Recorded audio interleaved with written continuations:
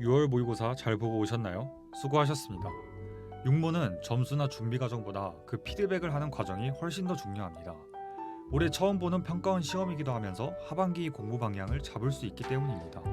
그런데 혹시 피드백을 그냥 틀린 문제만 답만 보고 오답을 하거나 해설 강의를 듣고 아 이랬구나 하고 넘어가거나 그저 답만 파악하고 앞으로 어떻게 해야 될지에 대한 계획을 생각하지 않고 넘어가시나요?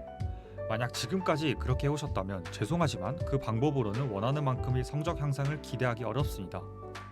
시간은 시간대로 쓰고 효과는 미미했을 것입니다. 하지만 괜찮습니다. 오늘 제가 여러분이 시간과 노력을 제대로 결과로 연결시키는 진짜 6월 모의고사 피드백 방법을 알려드리겠습니다. 이전과는 완전히 다른 접근 방법일 것입니다. 지금부터 딱 5분만 이 영상에 집중해주세요. 여러분이 다음 시험이 달라질 것입니다. 모의고사 피드백은 개별 문제들보다 시험지 흐름에 대한 피드백이 1순위입니다. 흔히 실점 감각이라고도 하죠. 육모처럼 수능과 비슷한 환경, 비슷한 문제, 비슷한 긴장도로 시험을 볼 수 있는 기회가 몇 없기 때문에 이 시험지를 최대한 이용해서 시험 전략을 세워야 합니다. 육모로 보고 왔을 때 분명히 마음처럼 안 되고 당황한 지점들이 있었을 것입니다. 바로 그 지점들을 시간이 지나기 전에 복귀하면서 되짚어 봐야 합니다. 내가 어디서 막혔고 어디서 시간이 오래 걸렸으며 내 멘탈이 정확히 어떤 사고 과정에서 무너졌는지를 복귀하세요. 그 후 다음 시험에서 똑같은 상황이 나왔을 때 유연하게 대처하기 위해서는 내가 어떤 사고 과정을 거쳤어야 하는지 또 어떤 행동을 했어야 하는지를 구체적으로 짜는 것입니다. 지금 영상을 끝까지 보자마자 당장 6월 모의고사 시험지를 펼쳐서 푼 순서대로 그대로 시험지를 넘겨보면서 흐름을 복기해보세요. 이런 시험 흐름에 대한 생각은 실전에서 정말 큰 도움이 됩니다. 예를 들어서 제가 현장에서 응시한 22학년도 국어 시험지를 예로 들어보겠습니다. 저는 엄매를 가장 먼저 푸는데 제 기억에 36번인가부터 답이 안 보여서 막혔었습니다. 수능을 보기 시작한 지 단 한 페이지 만에 막힌 거죠. 제가 당황해서 멘탈이 나갔을까요? 그럼 이 영상을 못 찍고 있었겠죠. 저는 평소 모의고사들에서부터 문법부터 막힌 경험을 굉장히 많이 해봤습니다. 그 경험들 이후 아래와 같은 대처 방법을 미리 생각해놨죠. 문법이나 매체에서 조금이라도 막히면 빠르게 다 넘긴 후 독서론으로 바로 진입을 한다. 어차피 한 바퀴 다 풀고 문법을 다시 보면 무조건 잘 풀릴 거다. 이런 실전 경험 때문에 전혀 당황하지 않고 시험을 마무리할 수 있었습니다. 수학도 마찬가지인데요. 중하위권 학생들이 가장 멘탈이 많이 나가는 구간이 이 11번부터 14번 이 구간입니다. 이 구간에서 이번 육모에서 내가 얼마나 한 문제를 오래 붙잡고 있었는지 또 그로 인해 뒤에 풀 수 있었던 문제들을 못 풀지는 않았는지 피드백을 꼭 해줘야 합니다. 한마디로 정리하면 아래와 같습니다. 뒤의 풀 수 있었던 문제까지 도달하기 위해서 나는 어떤 행동을 취했어야 하는가.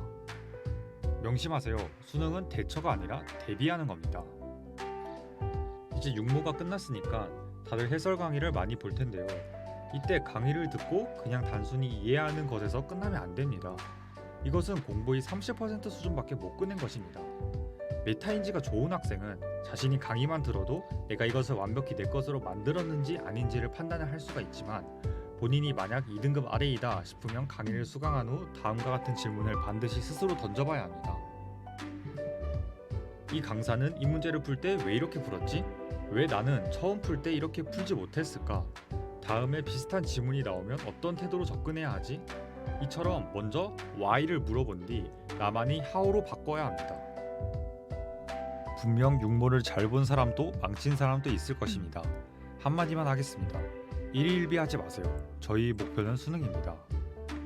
만약 내가 점수를 못 받았다면 내가 부족한 점을 더 많이 발견했기 때문에 오히려 좋아해야 합니다.